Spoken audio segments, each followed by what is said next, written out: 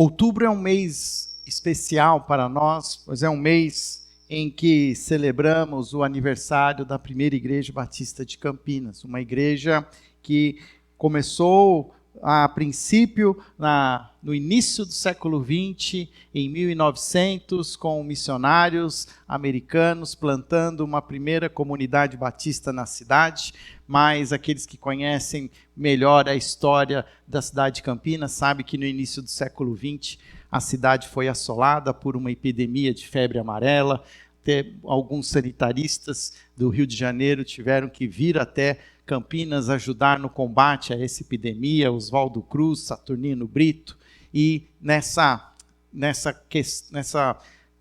crise sanitária, a cidade de Campinas foi, de alguma maneira, arrasada. Tanto que, se você conhece a bandeira da cidade, e até mesmo o brasão da cidade, existe uma fênix, porque remonta à história do renascimento da cidade no início do século XX. E, exatamente por causa disso, os trabalhos batistas eles foram, de alguma maneira, paralisados. A história conta que os presbiterianos e os batistas se reuniam juntos pelo pouco número de cristãos, crentes ali que existiam naquele momento, mas que em 1907...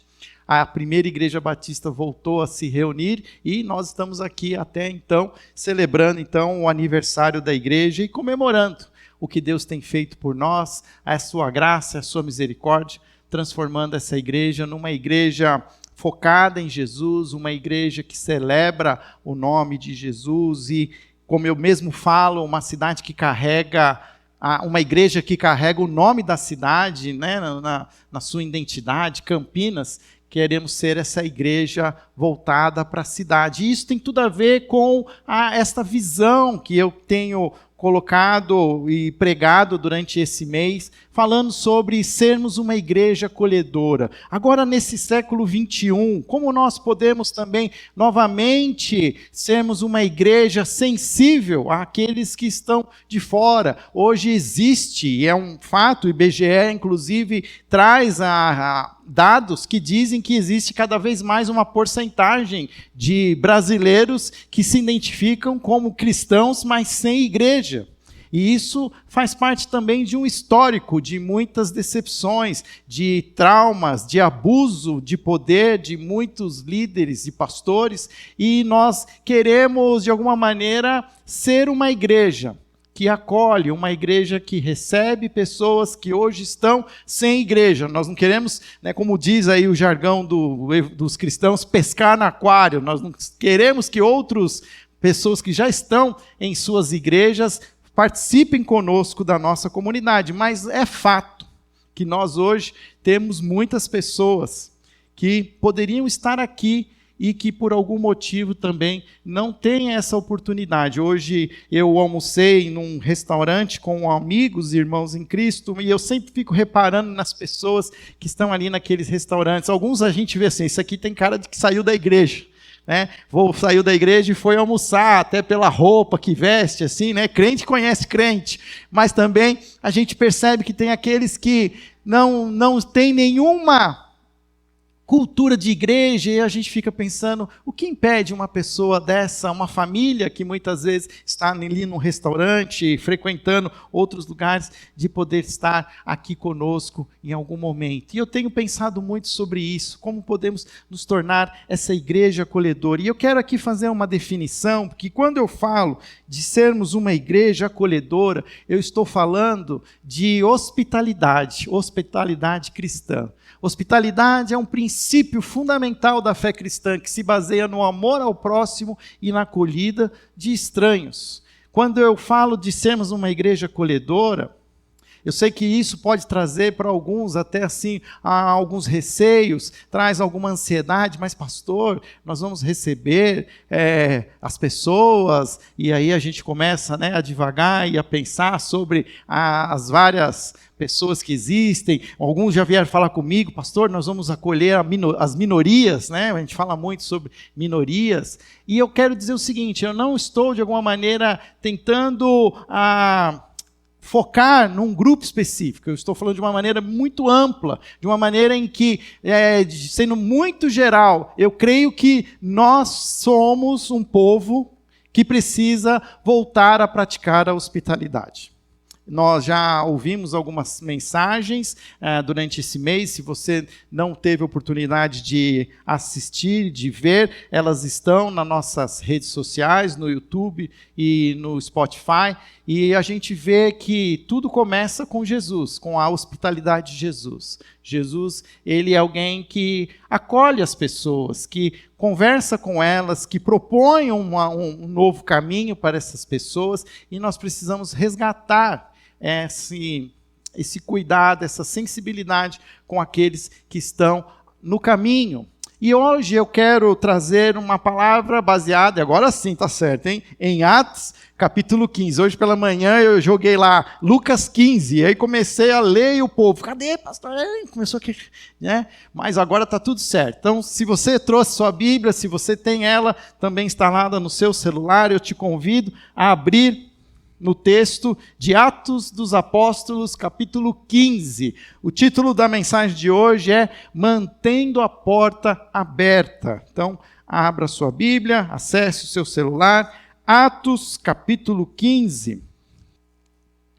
Eu vou ler um texto, os primeiros 21 versículos, pois ele é uma história que nós precisamos revisitá-la e aprender a entender esse momento muito importante da igreja cristã. Atos capítulo 15, a partir do verso 1, diz assim: Alguns homens desceram da Judéia para Antioquia e passaram a ensinar aos irmãos: se vocês não forem circuncidados conforme o costume ensinado por Moisés, não poderão ser salvos. Isso levou Paulo e Barnabé a uma grande contenda e discussão com eles. Assim, Paulo e Barnabé foram designados, junto com outros, para irem a Jerusalém tratar desta questão com os apóstolos e com os presbíteros. A igreja os enviou e, ao passarem pela Fenícia e por Samaria, contaram como os gentios tinham se convertido. Estas notícias alegravam muito a todos os irmãos. Chegando a Jerusalém, foram bem recebidos pela igreja, pelos apóstolos e pelos presbíteros, a quem relataram tudo o que Deus tinha feito por meio deles. Então se levantaram alguns do partido religioso dos fariseus, que haviam crido e disseram: é necessário circuncidá-los e exigir deles que obedeçam à lei de Moisés. Os apóstolos e os presbíteros se reuniram para considerar essa questão. E depois de muita discussão, Pedro levantou-se, dirigiu-se a eles: Irmãos, vocês sabem que há muito tempo Deus me escolheu dentre vocês, para que os gentios ouvissem de meus lábios a mensagem do evangelho e crescem. Deus, que conhece os corações, demonstrou que os aceitou, dando-lhes o Espírito Santo, como antes nos tinha concedido. Ele não fez distinção alguma entre nós e eles, visto que purificou os seus corações pela fé. Então, por que agora vocês estão querendo tentar a Deus, pondo sobre os discípulos um jugo que nem nós, nem nossos antepassados conseguimos suportar? De modo nenhum. Cremos que somos salvos pela graça de nosso Senhor Jesus Cristo, assim como eles também. Toda a assembleia ficou em silêncio, enquanto ouvia Barnabé e Paulo falando de todos os sinais e maravilhas que por meio deles Deus fizera entre os gentios. Quando terminaram de falar, Tiago tomou a palavra e disse: Irmãos, ouçam-me. Simão nos expôs como Deus no princípio voltou-se para os gentios, a fim de reunir dentre as nações um povo para o seu nome. Concordam com isso as palavras dos profetas, conforme está escrito: depois disso voltarei e reconstruirei a tenda caída de Davi. Reedificarei as suas ruínas e a restaurarei, para que o restante dos homens busque o Senhor e todos os gentios, sobre os quais tem sido invocado o meu nome, diz o Senhor, que faz estas coisas conhecidas desde os tempos antigos. Portanto, julgo que não devemos pôr dificuldades aos gentios que estão se convertendo, a Deus. Ao contrário, devemos escrever a eles dizendo-lhes que se abstenham da comida contaminada pelos ídolos, da imoralidade sexual, da carne de animais estrangulados e do sangue. Pois desde os tempos antigos Moisés é pregado em todas as cidades, sendo lido nas sinagogas todos os sábados. Oremos. Senhor, ilumina os nossos corações nesse momento. Dá-nos, ó Pai, agora a unção do Teu Espírito Santo para podermos também, Pai, discernir todas as coisas e entender como podemos aplicar nas nossas vidas a Tua palavra. Essa é a nossa oração, em nome de Jesus. Amém. 50 anos depois da ressurreição de Jesus Cristo, o Evangelho havia se espalhado, como mesmo Jesus havia profetizado: ide por todo o mundo, pregar o Evangelho em Jerusalém, Samaria e até os confins da terra. Para aquele contexto, os confins da terra era Antioquia, uma cidade comercial, mas uma cidade que não tinha nenhuma cultura judaica, uma cidade já na Ásia. O Evangelho chegou nessa cidade. E lá, homens e mulheres, entendendo o Evangelho, convertem o seu caminho para o caminho de Jesus. Mas, em algum momento, chegam aqueles cristãos que conheceram o Evangelho em Jerusalém, que praticavam a lei judaica, os judeus. Estes homens, eles chegam lá em Antioquia, e lá eles começam a dizer uma palavra que não é nem um pouquinho acolhedora, muito pelo contrário. O verso diz assim, que alguns homens desceram da Judéia para Antioquia e passaram a ensinar os irmãos: se vocês não forem circuncidados conforme o costume ensinado por Moisés, não poderão ser salvos. Dentro do judaísmo existia a prática da circuncisão, e até então era uma coisa até meio natural, porque eram os judeus que estavam se convertendo ao cristianismo. Então já havia toda ali uma cultura, né, da circuncisão. Mas agora existia um povo que nunca conheceu as leis de Moisés, estavam conhecendo a Jesus. E pareceu para aqueles homens, que eles precisavam primeiro se tornarem judeus, para depois se tornarem cristãos. E aqui vem uma primeira lição que para nós é importante, e eu quero aqui trazer, que ser uma igreja acolhedora traz muitas vezes desconforto, porque pode gerar dúvidas e discussões. Quando nós nos tornamos uma igreja acolhedora, uma igreja que pratica a hospitalidade cristã, nós vamos acolher pessoas de diferentes culturas, de diferentes costumes, de diferentes hábitos, e isso pode muitas vezes gerar algum tipo de estranhamento, algum tipo de dúvida, mas e aquela coisa que principalmente quem está mais tempo na igreja começa a surgir as dúvidas: mas isso pode ou não pode? Pode isso, Arnaldo? O que diz nas regras? Tem algumas pessoas que às vezes têm o costume, manda mensagem para mim, manda mensagem para o pastor Rodrigo, e eles trazem umas dúvidas lá assim: mas pode, pastor, não sei o quê, pastor, pode fazer isso, pode fazer aquilo. Porque é fato que quando mais a gente segue a Jesus, a gente tem uma tendência a se tornar um pouco mais legalista, e querendo saber o que funciona e o que não funciona. E o que nós estamos vendo aqui é que essa tensão gerou tal desconforto que foi necessário promover o primeiro concílio em Jerusalém. Esse texto é conhecido na edição da minha Bíblia, eles colocam o título: o Concílio de Jerusalém. E foi um momento único da igreja cristã, onde todos os apóstolos e presbíteros se juntaram. Incluindo Paulo, agora você entrou no time Paulo, entrou Barnabé. Que pena que ninguém tirou uma selfie, né? Ninguém tirou uma foto dessa mesa, dessa reunião de todos esses líderes. Mas ali os primeiros líderes, os pais da igreja, se reuniram para discutir essa questão. E nós vamos ter que entender que muitas vezes isso vai gerar para nós também desconfortos. A igreja acolhedora, ela precisa valorizar as pessoas que chegam e reconhecer que aqueles que conhecem a Jesus, que se entregam a sua vida a Jesus, todos são igualmente filhos de Deus, independente da sua história de vida.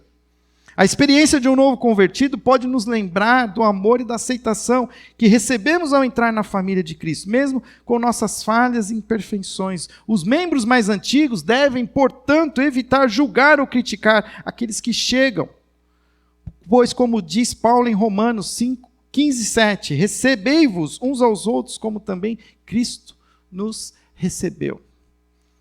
Essa palavra ela tem muito mais sentido para quem está muito mais tempo na igreja. Principalmente quem está muito mais tempo nesta igreja, uma igreja centenária. Hoje pela manhã, inclusive, citei aqui exemplos, tem irmãos aqui que têm mais tempo de membresia da igreja do que eu de idade. E eu nem sei o que é isso, eu não tenho nem noção do que significa. E há uma certa costume humano que nós queremos muitas vezes manter um status quo. Se as coisas funcionam, por que precisa mudar? Se as coisas já sempre foram assim, por que agora não pode mais ser assim? O fato é que o mundo todo mudou. Nós vivemos agora um momento extremamente disruptivo. Até essa palavra que nem existia, agora ela existe. Onde as coisas elas não são mais como elas eram antes. Gerações repetiam os mesmos costumes, repetiam as mesmas cultura, mas as coisas têm mudado muito rapidamente. Aquilo que existia e era um costume há 10 anos atrás não necessariamente funciona hoje. E aquilo que se colocava como sendo dogmas, como sendo axiomas, coisas que não se discutiam, hoje se discute, se desconstrói. Ninguém antigamente discutia gênero. Ou você era homem ou você era mulher. Hoje existe ali um monte de opções. E você decide o que você quer ser. Então tudo isso são questões que vão trazer estranhamento, principalmente para aqueles que sempre foram da igreja. Porque as pessoas não necessariamente que querem chegar e conhecer a Jesus, e crer em Jesus e aceitar Jesus, elas vão vir com toda essa história. Semana passada nós tivemos aqui um culto muito lindo, um culto com um coral aqui cheio, que cantou a nossa história literalmente. Cantou hinos. Até alguns falaram assim, pastor, que culto, olha, eu não gostei desse culto, me lembrou o quão velho eu sou. Porque eu conhecia todas as músicas. E ok, tem o seu lugar, mas nós não podemos nos satisfazer com isso. Nós precisamos entender que talvez nós vamos começar a receber pessoas que não conhecem nenhuma desses hinos, que talvez nunca irão cantar nada sobre isso, que não vão conseguir cantar de satisfação, de cor. Eu aqui me entrego à minha idade, eu lembro que eu estava cantando aqui o hino, eu lembrava da irmã Jovelina, lá na igreja que eu frequentava quando eu era criança no coral. Parecia que eu enxergava a irmã Jovelina cantando no coral. E isso faz bem, principalmente quando nós vamos ficando mais velhos, a gente vai ficando com mais passado do que futuro. E eu tenho aprendido isso, tenho entendido, tenho ficado cada vez mais nostálgico. Porque a gente tem muita história para contar, tem muitas experiências. Mas o mundo continua. Até que Jesus não venha, ele diz o seguinte, siga-me, continue em frente, não devemos parar, ainda não chegamos no objetivo. Até cantamos, caminhando vou para Canaã. Continua caminhando, o caminho continua, talvez ele vai ser mais difícil, vai existir mais pedras.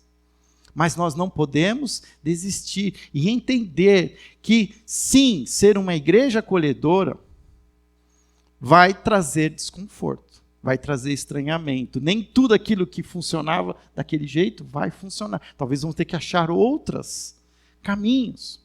Mas o texto continua, e aqui eu quero trazer uma outra verdade, diz que ser uma igreja acolhedora é, inclusive, remover esses obstáculos desnecessários à fé.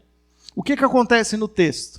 Então aí vai Paulo e Barnabé, saem lá de Antioquia e eles chegam lá em Jerusalém. E lá eles começam a contar das coisas que estavam acontecendo, como as pessoas estavam se convertendo. E acontece que com essa coisa, essa exigência de se fazer a circuncisão, diz que a carpintaria lá esvaziou. Os homens não estavam mais indo na igreja, porque ninguém queria saber desse negócio de circuncisão. Só estava indo as mulheres na igreja agora. Aí, peraí, isso aí está errado, tem alguma coisa errada. E olha que interessante que o texto diz que Pedro ele se levanta.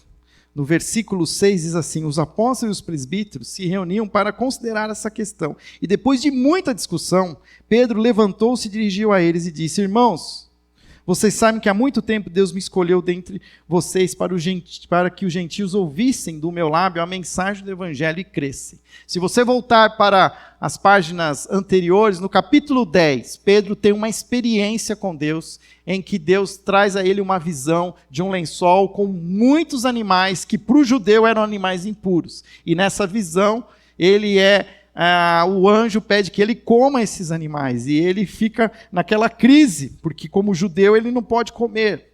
Mas tudo aquilo tinha a ver com uma quebra de paradigma, que Deus queria que Pedro estivesse sensível aos gentios, porque o que ia acontecer? Cornélio, um centurião romano, havia chamado Pedro para falar, para conhecer o evangelho. E se Pedro não tivesse passado por essa experiência com Deus, ele ia rechaçar qualquer tipo de convite de um romano.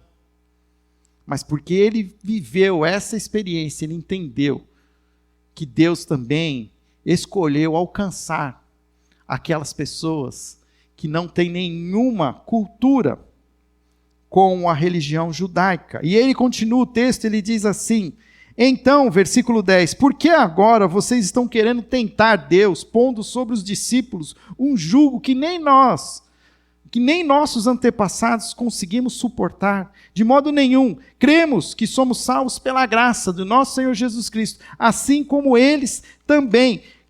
Ele diz assim, né? Eu fico pensando num concílio assim: queridos irmãos, meu querido irmão, né? Geralmente o pastor ele gosta de falar assim: irmãos, por que estamos sendo tão exigentes com esses novos convertidos? Vamos falar a verdade? Nem a gente mesmo dá conta da lei de Moisés. Nem nós e nem nossos antepassados. Uma coisa que nós precisamos aprender é que a lei, ela tinha um papel fundamental, que é refletir o caráter de Deus. Quando você começa a conhecer a lei, os ritos, as normas, você consegue perceber o quão distante você está de Deus. O quanto Deus é perfeito, é santo, é puro e exige dos seus adoradores integridade, pureza e santidade. E a lei apenas nos mostra o quão longe nós estamos. A lei tem um papel muito mais importante de refletir quem é Deus e quão pecadores nós somos. Quão carentes nós somos na graça de Deus. Por isso faz sentido João 3,16, porque Deus tanto amou o mundo, que enviou o seu Filho Jesus. Não é por iniciativa do homem, o homem não é capaz de chegar até Deus, mesmo conhecendo Deus e o que ele deve fazer, ele não consegue.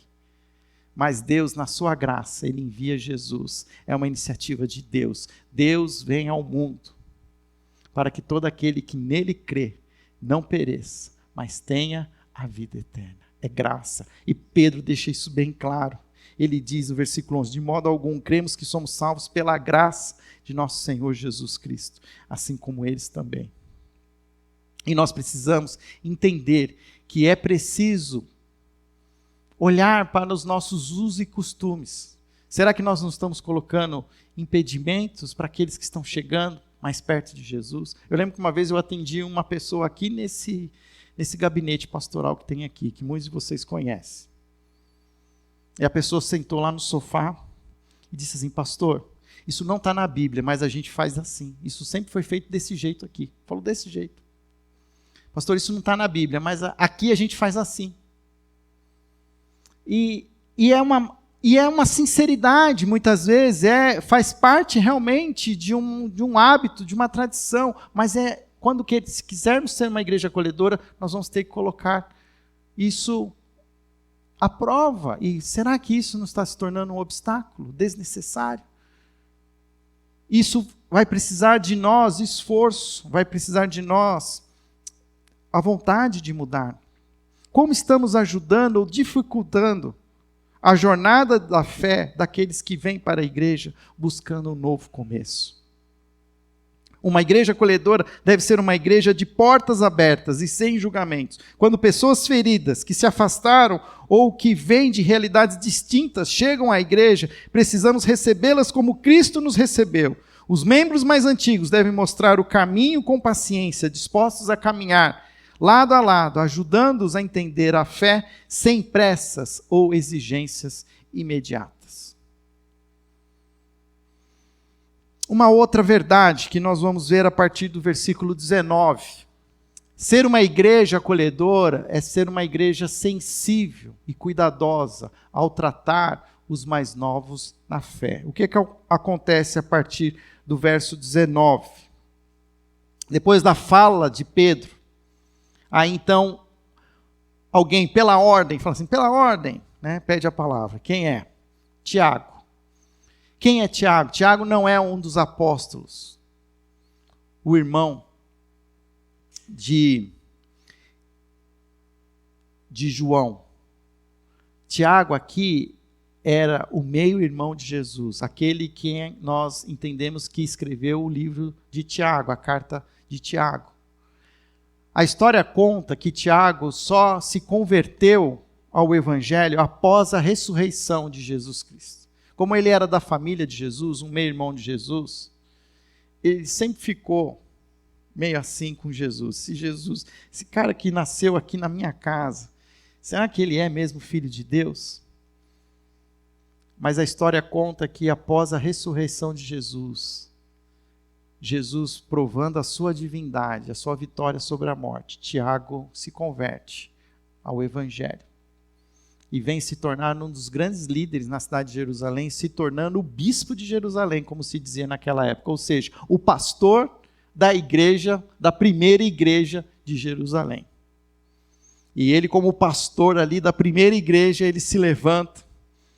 Tiago tomou a palavra e no verso 9 ele diz, irmãos, ouçam-me, Simão nos expôs como Deus a princípio voltou-se para os gentios, a fim de reunir dentre as nações um povo para o seu nome. Ele cita o texto de Amós.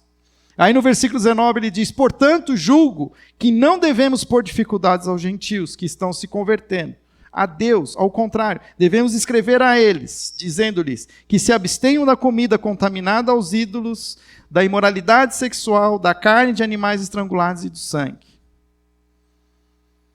Tiago faz uma sugestão. Então eu proponho, né? Um bom batista conhece, né? Proponho aqui que nós coloquemos apenas algumas orientações para esses novos irmãos que estão chegando. Ser essa igreja acolhedora é ser sensível e cuidadosa. Tiago, o líder da igreja de Jerusalém, resume a conclusão do concílio, a partir do verso 19.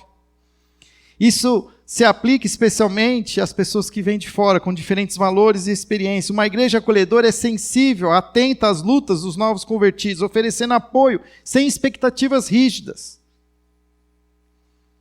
Esse exemplo prático de Atos capítulo 15 nos ensina que cada pessoa na igreja deve assumir a responsabilidade de ser um canal de graça para aqueles que buscam a Cristo. Membros mais antigos têm a oportunidade de estender a mão amiga, como mentores ou conselheiros, ajudando-os a construir uma comunidade de aceitação e crescimento espiritual. Curioso que Tiago, ele diz assim, olha, nós vamos exigir duas coisas dos novos convertidos. Nós não vamos exigir a circuncisão. Pode confirmar a carpintaria, ela vai acontecer, os homens podem vir, que não vai acontecer nada com eles. Mas aqui a gente precisa entender que nós precisamos ensiná-los a se abster da comida dedicada a ídolos, a comidas de animais estrangulados. Por quê? Porque isso para o judeu era algo muito importante. Se imaginar uma igreja onde todos iam sentar à mesa, se essa mesa não fosse cuidadosamente composta por alimentos que eram isentos dessas características, os judeus não sentariam à mesa. E o que Tiago quer falar assim, olha, vamos criar aqui um mínimo denominador comum, onde todos podem se sentar à mesa. E uma outra área que ele enfoca é a imoralidade sexual, que é muito importante. Porque quando você lê Romanos capítulo 1, Paulo começa a contar como o homem foi cada vez mais se distanciando de Deus, o Criador, adorando a criação. E quando o homem se torna idólatra, a consequência da idolatria é a imoralidade sexual, porque o texto de Romanos continua dizendo assim, por isso Deus os entregou a paixões vergonhosas. E aí a história conta, você pode ir lá e revisitar. O fato é que toda idolatria tem como consequência a imoralidade sexual. E aqui Tiago está sendo muito assertivo, está dizendo assim, nós não vamos abrir mão de nos abster da imoralidade sexual.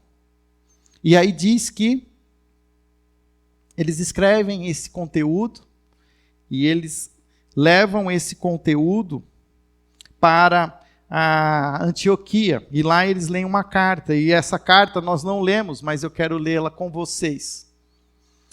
Ela está no verso 24, que diz assim, saudações. Sabemos que alguns saíram do nosso meio sem nossa autorização e os perturbaram, transformando a mente de vocês com o que disseram. Assim concordamos todos em escolher alguns homens e enviá-los a vocês com nossos amados irmãos, Paulo e Barnabé, homens que têm arriscado a vida pelo nome de nosso Senhor Jesus Cristo. Portanto, estamos enviando Judas e Silas para confirmarem verbalmente o que estamos escrevendo. Pareceu bem ao Espírito Santo e a nós não impor a vocês nada além das seguintes exigências necessárias: que se abstenham da comida sacrificada aos ídolos, do sangue, da carne de animais estrangulados e da imoralidade sexual. Vocês farão bem em evitar essas coisas. Que tudo lhes vá bem. Ser uma igreja acolhedora é comunicar a graça, mas também comunicar a verdade. Nós somos salvos pela graça. Nós somos acolhidos da maneira como nós somos pela graça. Onde abundou o pecado, superabundou a graça. Não existe pecado que não possa ser perdoado pelo sangue de Jesus derramado na cruz. Mas nós não podemos apenas ter um foco na graça. É preciso também ensinar a verdade, para que essa verdade possa também trazer um relacionamento genuíno com Jesus. E isso é importante, e eu quero aqui destacar um versículo. João, capítulo 1, verso 14. Capítulo 1 do Evangelho de João é conhecido como aquela apresentação que João faz, que o Verbo tornou-se carne e habitou entre nós. E no verso 12, verso 14, ele diz, aquele que é a palavra tornou-se carne e viveu entre nós. Vimos a sua glória, glória como do unigênito, vindo do Pai, cheio de graça e verdade. Graça e verdade. Jesus, ele reflete toda a graça e toda a verdade. Se queremos ser a igreja de Jesus, nos nossos dias, nós precisamos refletir a graça e a verdade. E o que significa isso? Significa que ser uma igreja acolhedora é uma igreja que acolhe com graça, mas que ao longo do acolhimento começa a ensinar a verdade. Começa a mostrar aquilo que nós cremos, aquilo que para nós é inegociável. Quando eu era jovem, eu fui muito influenciado por um pastor de jovens chamado Marcelo Gualberto. E ele falava muito uma frase que assim, negocie o negociável, mas tem coisas que são inegociáveis. E aqui quando eles escrevem essa carta, eles dizem assim, olha, a circuncisão é negociável. A circuncisão é algo que não é necessário. Mas tem coisas que são inegociáveis. E é isso que nós precisamos entender. E creio que hoje, no momento em que a gente vive, as igrejas, muitas igrejas têm ficado desbalanceadas. Igrejas que acabam, de alguma maneira, tendendo a ser muito graciosas. Mantém a graça em detrimento da verdade. Venha do jeito que você está e fique aqui com a gente. E aí a igreja vai tentando acolher e segurando essas pessoas. Mas ao mesmo tempo tem um outro oposto. Igrejas que elas defendem a verdade a unhas e dentes, sem nenhuma sensibilidade, sem nenhuma possibilidade de caminhar mais uma milha com as pessoas. E isso torna também as igrejas sisudas, igrejas que literalmente fecham as suas portas. E eu sonho nós sermos uma igreja que encontre um equilíbrio entre graça e verdade, que é sempre mais difícil, é mais difícil. Hoje pela manhã eu contei o exemplo de criar filhos.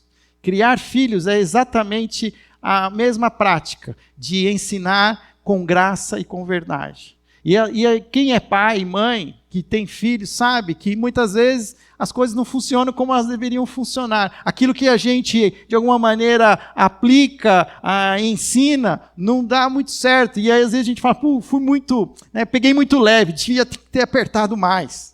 E aí tem hora que a gente fala assim, puxa, devia ter sido mais leve, apertei demais. A ilustração, muitas vezes já me ensinaram que criar filhos é como empinar uma pipa. Tem hora que você solta um pouco mais a linha, tem hora que você puxa e fica nesse vai e vem, nesse vai e vem. Uma igreja que decide ser uma igreja que reflita graça e verdade, vai ser assim, uma igreja que vai, muitas vezes, trabalhar para que essa compensação ache o equilíbrio, mas em alguns momentos vai existir uma certa incoerência, e aí volta lá para o título da primeira verdade, vai haver alguns estranhamentos, alguns desconfortos, e eu estou pronto para receber crítica, falar, o pastor Fábio, ele foi mole demais com aquele casal, não, tinha que ter pegado mais pesado, e outras horas falam, não, o pastor Fábio foi muito rígido, não podia ter feito isso. E, ok, nós vamos viver com essa dinâmica. Porque Jesus, em todo o seu ministério, se tem uma coisa que a gente não consegue entender em Jesus, na sua prática da graça e a verdade, uma lógica. Porque quando ele está em Jericó pela segunda vez, ele decide acolher o chefe dos publicanos e deixa todo o povo a ver navios e entra na casa de Zaqueu. E o povo fica revoltado. Que Jesus é esse? Estou aqui desde as 5 horas da manhã. E agora vem esse moço e entra com Jesus e larga a gente aqui. Quando Jesus cura aquele paralítico no tanque, eu fico imaginando que Jesus caminhou por vários moribundos, vários ali pessoas carentes, e ele escolheu uma. E se falar assim, então Jesus foi injusto com as outras. E muitas vezes, quando nós formos refletir esse Jesus, às vezes a gente vai achar que houve injustiça. Que às vezes a gente acolheu um em detrimento de outro. E durma-se com um barulho desse. Mas é assim que vai ser. Eu vou completar 10 anos como pastor dessa igreja. Se você está aqui nos últimos 10 anos, você conhece. Você já me conhece, você sabe quem eu sou. E eu quero aqui colocar para você um compromisso do meu coração. Eu não vou abrir mão da verdade. Eu não vou negociar a verdade. A verdade que eu preguei até hoje, nesses 10 anos, ela continua sendo verdade. E eu não vou mudar uma vírgula da verdade. Mas eu estou disposto a abrir a porta da igreja para acolher aqueles que querem conhecer a Jesus, com graça, e ao longo do caminho, ensinar a verdade. Conhecereis a verdade e a verdade vos libertará. É um tremendo desafio. Se a gente conta o aniversário da igreja, desde 1900, a igreja está completando 124 anos. O ano que vem, são 125 anos. E eu sonho que daqui a um ano, nós sejamos uma igreja mais acolhedora do que nós somos hoje. Uma igreja mais sensível com os de fora.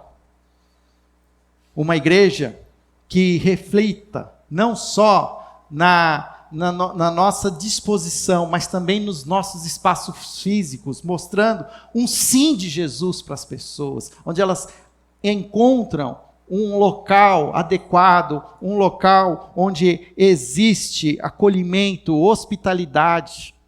Eu criei um grupo de trabalho e nós vamos começar a trabalhar nesse grupo algumas ações práticas, que já vão começar a partir do próximo mês. Você vai ver, nós vamos revisar as equipes de recepção da igreja. Nós já fizemos alguns movimentos, já estamos ali com os homens no estacionamento, com os coletes, mas aquele ali é só o primeiro ponto de partida.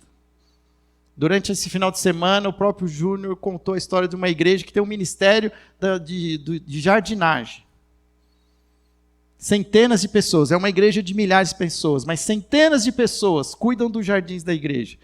E sabe qual é a visão que eles têm? Nós queremos trazer o primeiro boas-vindas para os visitantes. Eles vão chegar e vão ver esses jardins e eles vão ver, através do nosso cuidado, o amor de Deus através da criação. Não é bonito isso? Eu falei que eu vou criar aqui o ministério da arrumação. Porque quando ligam para a nossa casa, dizem assim, ó, estou indo aí. Aí começa aquele, sai correndo, começa a cuidar, arruma tudo. Tira o gato da sala, tranca ele lá no quarto, passa um aspirador, joga, limpa tudo, aquelas almofadas, tudo, volta tudo para o lugar. Parece que a nossa igreja, a gente não tem essa consciência. Nós precisamos ter o olho de Cristo, olhar assim e achar aqui um lugar onde tem um sim para Jesus.